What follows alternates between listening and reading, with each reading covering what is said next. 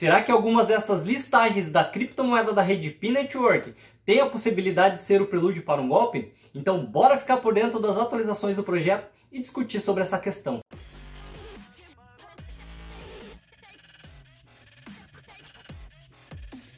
Salve, salve, aliados! Sejam muito bem-vindos ao canal Descobrindo Forex e CryptoPi. Eu sou o Jander e já vou começar com um halving muito maior do que o de costume, onde a mineração teve uma queda de 11,4%, caindo de 0,0140 para 0,0124, fazendo com que mineremos uma única CryptoPi em mais de 3 dias. Outra coisa bem interessante é que houve uma atualização no aplicativo Pi Browser e que, mesmo que seja imperceptível visualmente, foram implantadas algumas melhorias na infraestrutura da rede, com destaque para a nova interface de quem recebe o convite para o KYC e também o ícone para o teste dos novos aplicativos. Se você não conhece o projeto Pi Network, eu vou te dar um breve resumo do que se trata. A rede de blockchain foi fundada por 2 PhDs de Stanford. Hoje conta com mais de 45 milhões de usuários ativos do app, estando presente em mais de 230 países ao redor do mundo, com a sua criptomoeda nativa e pagamentos instantâneos,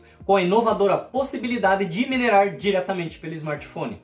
Tem seu próprio navegador descentralizado e com suporte para desenvolver DApps gratuitamente dentro da rede, tendo a sua verificação de usuários antifraude através do KYC, e também é a primeira cripto a dar os primeiros passos em direção à verdadeira Web.3. Então, se você também quer embarcar nesse inovador projeto, clica nesse card para conhecer a fundo e também se tornar mais um pioneiro. E o melhor, totalmente gratuito.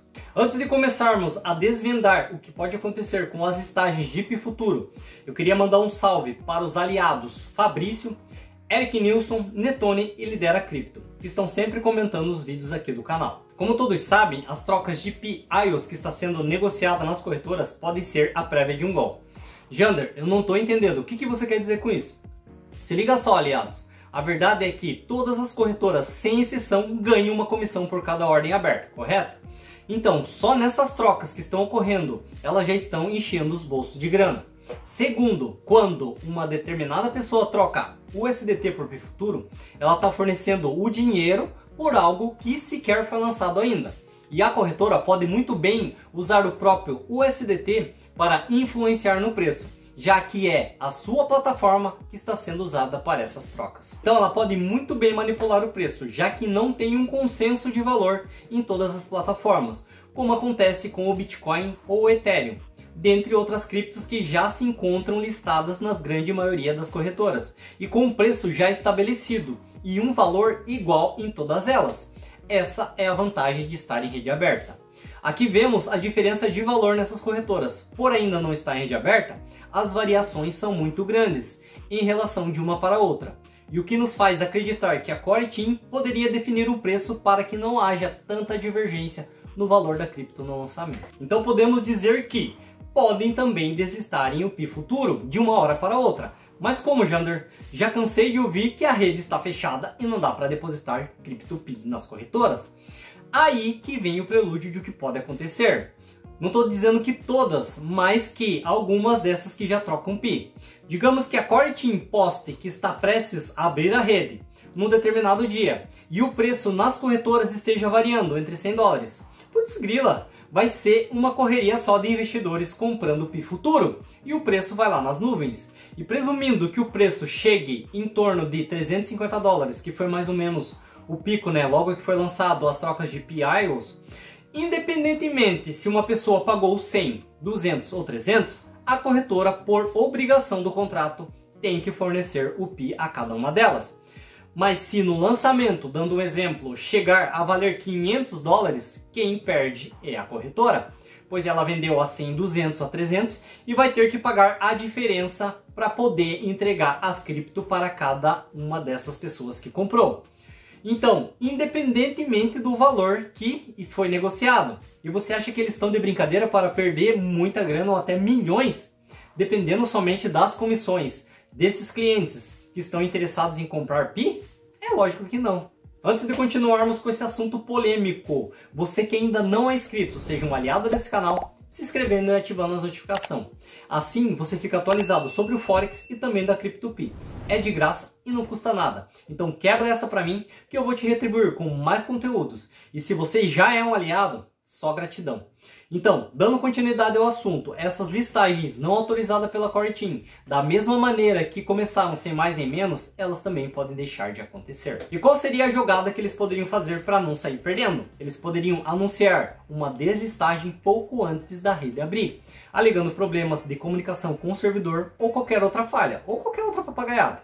Assim, todos que têm futuro naquela corretora correria para vender e com isso derrubaria o preço num patamar, por exemplo, de 70, 60 ou até 50 dólares, dos quais a corretora já obteria lucros, principalmente dos que pagaram caro. Porém, alguns dias depois da rede abrir realmente, lançaria uma nota alegando que conseguiram voltar com a normalidade e que as conexões com a rede Pi e os servidores foram testados e são extremamente confiáveis, etc e tal, voltando agora a ganhar com as novas trocas. Ah, Jandro, isso daí é teoria da conspiração, isso daí não pode ocorrer. Pensa comigo, aliados, o que impede para que isso não aconteça? E é como eu sempre digo, o golpe tá aí e cai quem quer, né? Aí eu te pergunto, como nós, simples mortais, vamos alegar que houve algum tipo de maracutaia por parte deles? Não tem como, né? Então, mais uma vez, eu digo a vocês, aliados, paciência, esperamos até agora, não vai doer aguardarmos mais um tempo por uma notícia oficial de que a rede está prestes a abrir. E também das corretoras, né, que são confiáveis e autorizadas pela Core Team. Uma coisa mais que interessante que eu relato para vocês aqui, aliados, é que em meados de 2012, 2013, existia uma rede social chamada Orkut, e que dentro dessa plataforma existia alguns jogos tipo Fazendinha, que você ganhava Bitcoin para poder fazer algumas tarefas dentro do jogo. E por ser uma coisa totalmente desconhecida, passou desapercebida por muitos, inclusive por esse que aqui vos fala. Pois eu era um pouco mais jovem e sem entender direito sobre o tal Bitcoin e principalmente da tecnologia de blockchain, que ao invés de ficar de bate-papo, poderia muito bem ter criado algumas galinhas, algumas vacas ou até alguns porquinhos. Por quê? Porque hoje eu poderia estar com uma big de uma fazenda e ser um verdadeiro fazendeiro.